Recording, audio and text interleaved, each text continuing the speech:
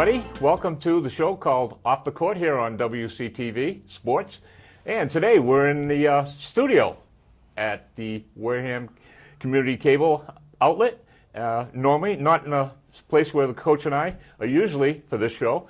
And next to me is Coach Kevin Brigioli, head basketball coach for the boys varsity basketball at Wareham High School, the Wareham Vikings. Coach, good to have you along. It's been a while since we sat down here. It has been. We're at the halfway point of the season already. I know. That's right. We're almost at the halfway point. We got lots to talk about today. And we only had a preseason show the last time we were here. So the first thing I'd like to talk about today is the tournament. We had debut of the Wareham, whatever we're going to call it, the holiday tournament, the winter tournament. Correct. At Wareham High School for the first time. And how do you think it went? Well, I mean, I think we had some quality teams. Cardinal Spellman is one of the best teams in Division III South, and they made it to the finals, and we had beaten DY to get to the finals as well. And I guess it's kind of bittersweet in that we played very well for most of the game against Spellman and actually had a 21-point lead at one point in the first half. And unfortunately and uncharacteristically, we gave up that lead and ended up losing 53-50. Before we talk about that game, I just wanted to the point you made about the 4 teams you selected. Now, did you call those individually yourself, or did Ed Rodricks, the first year, our new athletic director, by the way, Ed Rodricks, did he get involved with you with this tournament? Well, I actually started making calls in the summer because you have to do it that far in advance to see what teams we could get. Initially, I was trying to get Martha's Vineyard and Rockland and Spellman, 3 teams that always powers in Division III South, but those what a tournament that would have been. Had some commitments, so I was able to make some calls, and DY was looking for some games, as was Sandwich. So it was good to play teams outside your league, and that's why we wanted to do that. Yeah, and DY, even though they struggled a little earlier, they were the defending champs in the Atlantic Coast last year. Correct. And I know Sandwich struggled a little last year. They were 4th or 5th, but they're better this year. Both those teams are now tied in the Atlantic Conference, which I mentioned to you just a while ago off camera. And of course, Spellman, like you said, they're going to be one of the top seeded teams in Division III South, probably with Vineyard. They will be. In my estimation. Spellman and Vineyard will probably 1-2, finish 2-1 or whatever. And we like to see if we can sneak in at 3. Yeah. So the first game was against Dennis Yarmouth, and you won that one. Struggled a little in that. You were down by 2 at halftime, but the defense, your fourth quarter defense, you held DY to just 3 points. Right, that was the difference in that game. It was an early season game, so we weren't really in our stride yet, but I was happy with the defensive effort towards the end of that game. Yeah, and you were at a disadvantage. Even though you were at home, and you figured that would be an advantage to you guys playing in the tournament at home, you hadn't played a regular game yet. The game against the New Bedford Vogue was called off. Right, it was postponed because of weather. Yeah. So it was our first game, and DY had played before that. So we had our first game jitters, and fortunately we were able to survive those. Yeah, and like I mentioned that your great defense in the fourth quarter, holding those guys to 3 points, you carried that over into the next night against Spellman, because first quarter you guys held them to 3 points, and that was, I don't know, shocking to some people, right? But it was a little bit shocking to me too. I was happy with it. We went a diamond and one on their best player, Roach, a point guard who's going to Stonehill on a basketball scholarship, and we held him, I think, maybe even scoreless in the first half of that game. If not, he only had 1 bucket. But good teams find ways to adapt, and they adapted at the end of that game, unfortunately. Yeah, you guys had a 18, like you said, I think you put it on 18-point lead at halftime. At the end of the half, it was 18. Then you started to struggle a little, and they kind of turned the tables on you. I think they held you to 5 points in the fourth quarter. They switched to a zone defense in the second half that bothered us, and we were not hitting shots, and they just slowed us down. And unfortunately, we had some bad turnovers down the stretch of that game, which led to that victory. Yeah, and I think one of the discerning things probably when you're practicing with this team, they're a new team. You only had 2 guys from last year's team that got really any varsity experience. Correct. Matthew Griggs had played some games, and then Cy Baratow you brought up late. So you really only had 2 experienced guys to work with this year, and getting them to play together, I think. You're working on that in practice, but getting a flow has taken some time. Yeah, you need some game experience to really make that happen. So that's why we finished our 10 games now, so we are halfway through the season. I think we are starting to gel a little bit more as a team. They are playing together, and they're an unselfish team. So 1-1 in the tournament, and then you went to Fairhaven on December 23rd for your first South Coast game. You won that one. Defensively, I think you created 20 turnovers on that team, but 17 yourself. So you guys are still kind of struggling with turnovers yourself. But I think the good thing that came out of that game is 5 of your bench players finally stepped it up offensively for you. You started scoring there. But I think in the fourth quarter there, the concern there is, like, again, 3 points. You weren't hitting your shots. They weren't going down. Fortunately, in that game, we had a big lead going into the fourth quarter, and we had played some subs at the end of the game, the last 4 or 5 minutes as well. So, I think we kind of locked up that game by the third quarter, and Fairhaven has a hard time coming back if they get down. So you didn't feel the need to put any full court pressure on, or in the fourth quarter, I didn't. No. But I was happy with that pressure for most of that game. Mm-hmm. Now the next game is an interesting one because you played Bourne. Or was it the Orr game that came next? Anyway, but yeah, Orr. That was a key matchup because Orr was one of the teams favored to give you some competition for the South Coast Conference Championship this year, and so big game. It's at home. Slow start offensively. What did you do to stop their big man Jeremy Beer underneath? Because he had a big game against Case the other night. I think you were at that game. Right. Yeah. We know they like to score points in transition. Yeah. We know they have pretty good size. So we actually played a diamond and won that game on number 30, Graves, who I think is one of the Paul best. Graves. Paul Graves, right, one of the best all-around players. And we wanted to get them out of their normal routine on offense. And I think by going to diamond and one, we were able to accomplish that. Even though it might leave some other players open on occasion, it disrupts the team from what they normally do. Yeah, Graves still had a decent night. He was in double figures, but you held Bear to 5 points. And the other kid that is the Wareham kid that's going to Old Rochester is Raekwon Phillips. Yeah, he's a slasher, and he's another one of their big players. He had a big night in the second half against Case the other night too. So the 1-3-1, right? Or was it the diamond that you threw at them? On that particular game, we threw the diamond and one on them primarily. We may have gone a little 1-3-1 also at sometimes. That's been our other defense this year. Okay, so the next one I want to talk about, because Christian and I are still talking about this game after watching it, because we were both shaking our heads. And this is the game on January 7th where a talented Bourne team came in. They were 4-1, and they came off to you guys went off to a flying start. Now, I think I mentioned this to you in all the shows we did last year on Off the Court, is your Achilles heel most of last year was offensively, it was the first quarter, struggling to finish, get points and stuff like that, always off to a slow start. But this year, actually, your first quarter has been pretty decent. I mean, in this game here, you guys poured in 29 points. And when's the last time you can remember you guys pouring in 29 points in a? It's been a while. But it's good to see. I mean, it had to make you smile, right? The Bourne's got a talented team. They got the two Smith brothers, and they got the young freshman guard, the coach's son, Jacob Ashcroft, right, who's a good-looking player. So you guys had your word cut out for you in that game because they stayed with you for quite a while.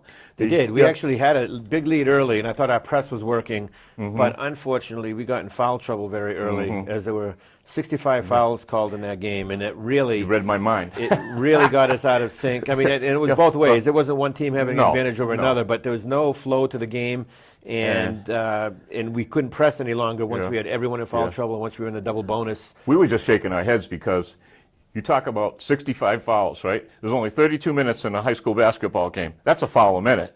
It's almost like every possession, either way, for both teams. It seemed like whenever a player would get close to guarding their man, there was a whistle. And I don't know this guy's name, but I hate to pick on referees, but the same guy, one of the same referees, was over at working the Case and Orr game Friday night, if you remember. He was there again. Yeah. There were a lot of whistles again. Not 65, but enough. And I think my point here is that when you get a matchup like that, two teams that it's going to be a competitive game, like Bourne and Wareham, the one we're talking about. But the other night in Old Rochester, the Case and Old Rochester game, they're both fighting for first place to stay up with you. And the referee's blowing his whistle. There's a competitive game going on here for the first 2 quarters, and the referee stops a nice flow of the game. So it really hurts when a referee takes the whistle out like that. It does. I mean, you should only use the whistle when another team has an advantage on a play. If there's incidental contact and no advantage is gained, you really shouldn't blow the whistle. That's my philosophy anyway. 60. I can't remember a high school basketball game with 65 whistles. It's amazing. But I think the other thing in that game that I kind of zeroed in on is Carlos DaCosta came in and gave you some instant offense. Mason was struggling a little in that first quarter again, like he has been. And Carlos came in and gave you some instant offense. As a matter of fact, I think he scored 9 points for you when you inserted him. And those 9 points is what he scored for a total. But I think that kind of set the tone for the bench guys coming in. I think Mikey Labonte come in and hit a 3-pointer. I think Raekwon had a big putback later on in the game for you when the game was real close. They cut the lead to 1, and it was getting really scary there for a while. And you had a nice little run there. Yeah, no, I have confidence in the bench. They come in, and Carlos does. Carlos provides instant offense. Raekwon provides a post presence down low. Mike Labonte is a 3-point threat. Chris Siasi hustles, runs the court. So we have guys that can come in and really help and do the job and give our starters a rest and infuse us with some energy when they come on the court. Right. So the other thing we like to talk about is, like, first time in a long time you guys have lost 2 in a row. The North Quincy came in, and they got a solid team this year. Yes, they're going to be a top-seeded team in Division I South this year. So they got a good-looking guard, and Mason has had a tough time this year. I mean, he's playing a position where he's not normally accustomed with because he's been a 2 guard for so long, playing behind Darian, which is understandable. He's the leader, so he's struggling finding his way here with this new role of his. But he's a very talented kid. But he's had to go up against some incredible guys. He had to go up against Ryan Roach already, right? One of the best in Division III. And the Kyle Richardson kid is a good point guard. And he went at the kid from Sandwich, who's a good-looking junior guy, Joey Downs. So he's had his hands full. Well, he's had some good competition. Yes. And I think that's only going to get him stronger for the rest of the league, for the rest of the season, and then for the state tournament. Right. And I think he keeps developing, Mason keeps developing his skills as a point guard, and he is our leader. There's no doubt about it. He's a leader in every practice. He's a leader before games, during games. So we'll take our chances with Mason. Yeah, it's nice to see. And I want to talk about the Apponequet game. There's another game you guys seemingly started off well. It was in Apponequet, actually not Apponequet, excuse me, the Case Cardinals game. Oh, okay. The second game you lost, the one right after North Quincy. You had the lead. You were off to a good start again in the first quarter. You had your pressure seemed to be bothering Case.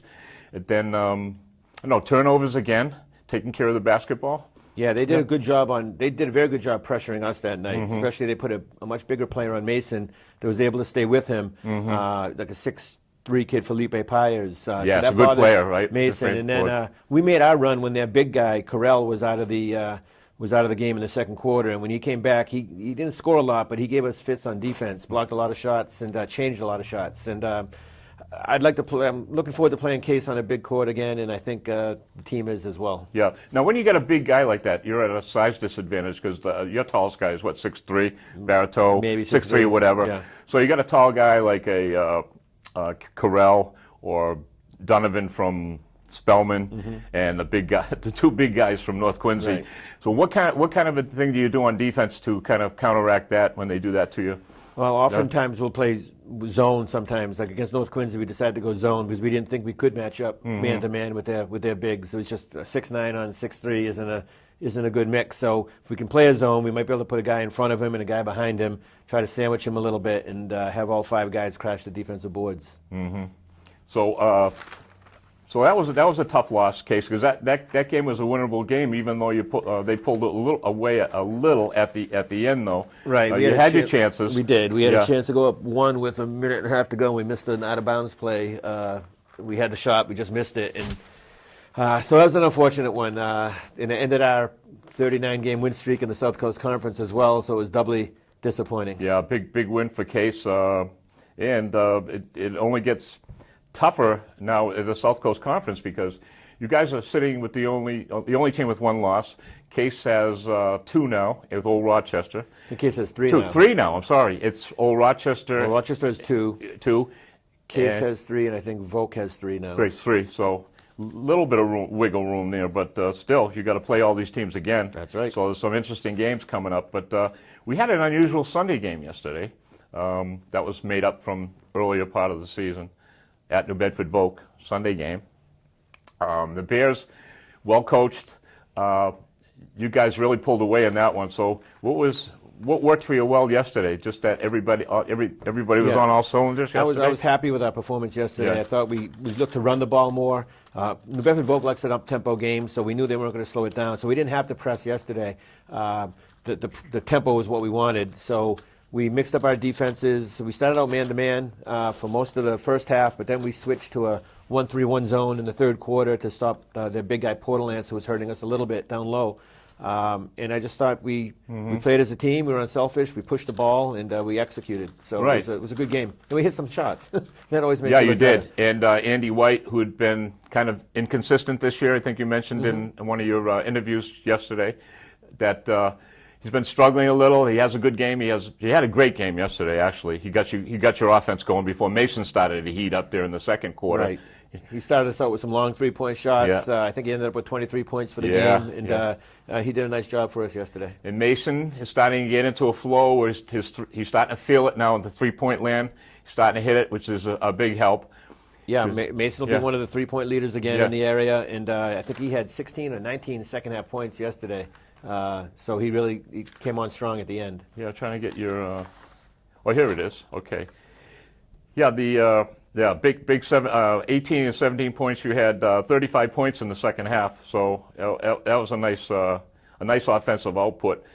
And you held the Bears to 42 points. So 4 of the teams you've beaten now, out of your 7 wins overall, you've held your opponents to under 45 points, and I think that defensively, starting to get into a nice flow there defensively, holding those teams. I think who the teams you held. I wrote these down. Dennis Yarmouth, you held to 41. Fairhaven, you held to 43. Old Rochester, you held to 42. And New Bedford Volk, you held to 42 points there. So defense is working. And it needs to, because we don't score the same way we're accustomed to scoring, and so we have to kick in with our defense, and I'm happy with our efforts so far. Yeah, and your bench yesterday, 15 points, 7 for 21 from the three-point land, but defense. Now, you held the McCabe's kid to no field goals at all. He was 0 for 9 from the floor, which is pretty good. He only had 3 points in the game. He's another one of their big players. He is, and Matt Griggs did a nice job on him, our junior guard Matt Griggs. He and Mason have the task of covering the other team's best players normally, and we decided to put Matt on him yesterday to try to free Mason up a little bit more on offense, and Matt did a nice job. Yeah, now Matt is only listed at, 5'11", 5'10", if maybe. that, right? Yeah, right. But he's got an incredible wingspan, he can jump.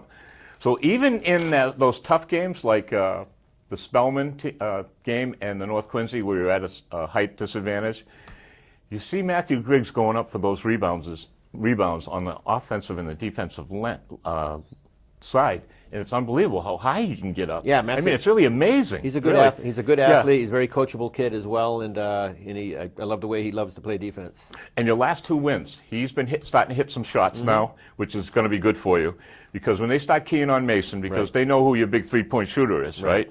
And you got Andy hitting some threes. Michael Lamonti comes in, or Carlos can hit a 3 once in a while. Yep. If you get Matthew Griggs in a rhythm to hit some threes, it's going to be so big for your offense here. It would free a lot of people up if he can start to nail that shot down. Absolutely. Yep. But let's go back to that. We were just talking about the 1-3-1 defense you had on the Portalance kid, or to utilize against him. Why don't you take your whiteboard out? You got it here. Yep. Show basically how you set up the 1-3-1 defense here. Okay, so basically we have our point guard, Mason, is out top on it. We put Cy Barito around the foul line in the middle. Okay, you can hold that up for the camera. Okay, and then on the wings we have Andy White and Matt Griggs, Andy White and Troy Hairston, and underneath we have Matt Griggs. So basically it's a 1-3-1 alignment, and we have to make particular shifts, but depending on where the ball is. But we were trying to take away that big guy, Porter Lance. Is going to post himself up, right? Who's hurting us in this area. Okay. And so in the 1-3-1, you're able to either front that with some help from behind. Okay, so the help comes from back here, right? When the ball's up top, correct. Okay, all but when the ball is over here, if the ball's over here, then Matt Griggs, he's got to come he chases all the way out to the corner. The center falls down to here, and this man drops all the way back like this down here. So now the center's here on Porter Lance, and the weak side help is behind him right there, and Mason would drop down to this area when the ball's in the corner like that. Okay. And sometimes what we like to do too, if we get in a trap mode in the 1-3-1, we'll have the wingman come down here and trap with Matt Griggs in the corner like that and see if we can't pressure the ball when the ball goes to the corner. So sometimes we'll trap that, and sometimes we That's choose if not Porter to. Lance kicks it back out to one of his wingmen down there for a three-point shot or Correct. Yeah. So there are some vulnerabilities in the 1-3-1. Like I said, if the ball's in the corner, our Matt Griggs is all the way over here. We have a forward here, Mason here, the center here, and then our opposite wingman back. A team that is able to throw a good skip pass from here to here, you're vulnerable to that. But that's a hard pass to make in high school, so we take our chances. And especially if see there's what a lot of traffic in here. Correct. Right? Trying to get that pass up there. Correct. So the 1-3-1 has been working good for you guys. It's been our defense that we've used a lot more this year than any others. But we Right. like to mix up our defenses during the course of a game. So we'll go man, we'll go diamond press, we'll go some 2-3 zones, some 1-2-2 zones. So we like to mix it up. Okay. Now keep that whiteboard out, because you guys play a similar defense or pressure to a team that you and I were talking about earlier this year, Virginia Commonwealth University. And they call it the Havoc Press. Yes. Havoc. And it's a young coach, probably one of the bright young coaches in college college basketball today. His name is Shaka Smart, right? Young coach, incredible. Came into this program. This Virginia Commonwealth team, they went to the Final Four in 2011, I think. Now, why don't you tell us about their full court pressure that they use? Coach? I would love to be compared to their pressure. Yeah. We're not there yet. But they do two different things. One thing they do is a diamond press, which is more of zone principles. Right. So in a diamond press... Do they call that a 1-2-1-1? 1-2-1-1. Okay. So you'd have the man over the ball, pressuring the ball. You have a wing right here, another wing man here, your steel man right here, and your big man back. So we run this press also, sometimes called a diamond press or a 1-2-1-1. Okay, let me stop just for one minute. Now, for the people that are watching now, coach's team now, the X's, we're on defense now, right? They're inbounding the ball underneath the defensive basket. Right. So offense is inbounding the ball, and what you try to do is force the team into the short corner, which is the smaller corner of the court. So we want the ball to come in here. So we'll let the ball come in front of us right here, ideally. I think Coach Shaka Smart calls it the coffin corner. I think he calls it, right? Yeah, and that's because it kills other teams when they go there. and that's the corner where you want the ball to go to, obviously. And you're going to try to trap that guy when he gets it. So you're going to bring the center is going to come over. Okay. And trap hard here. The wing is going to come right here and use the sideline as another defender and really try to get a good trap right there. The job of the point guard is to take the next up man, the next man up the court. So he's shading over this area a little bit. If the ball goes there. So if the ball does go here, ideally, this would be Mason Vasconcelos for us. He's quick enough to try to get there first and get the pass. The wingman's job here is to come over to the middle and try to take it away from going back to the man taking it out of bounds. Right. So he comes over here. And the center, Cy Barreto, would slide over this way. Yeah, I was going to ask you where that man comes in. He's got to read the area. If there's no one behind him, he'll cheat up as far as he can. But he's got to make sure someone doesn't sneak behind. Right. So he's your safety valve in case they beat that press you're using, That is correct.